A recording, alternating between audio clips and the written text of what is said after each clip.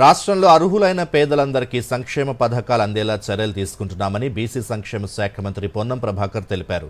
హుస్నాబాద్ నియోజకవర్గానికి సంబంధించి మల్కనూరులో నిర్వహించిన పార్టీ సంస్థాగత సమావేశానికి పొన్నం ప్రభాకర్ ముఖ్య అతిథిగా హాజరయ్యారు. ఈ సందర్భంగా ఆయన మాట్లాడుతూ కాళేశ్వరంపై కేటీఆర్ ఇష్టారీతిన మాట్లాడుతున్నారని విమర్శించారు. సంక్షేమ పథకాల అమలుపై బీఆర్ఎస్ నేతలు చర్చకు రావాలని పొన్నం ప్రభాకర్ సవాల్ విసిరారు. ఇవాళ మనం నియోజకవర్గానికి 3500 ఇళ్ళు, ఆనాడు వెనుకడికి 10 ఏళ్ళ కింద ఇందిరమ్మ ఇల్లు లేని ఊరు లేదు, హనుమంతుడి గుడి లేని ఊరు లేదన్నట్టు మళ్ళా ఇవాళ ఈ ప్రభుత్వం ప్రతి ఊరికి జనాభా ప్రాతిపదికన బూతుల ప్రాతిపదికన 3500 ఇళ్ళు వస్తే మొత్తం 310 బూతులలో సమానంగా పంపిణీ చేసే కార్యక్రమం జరుగుతోంది.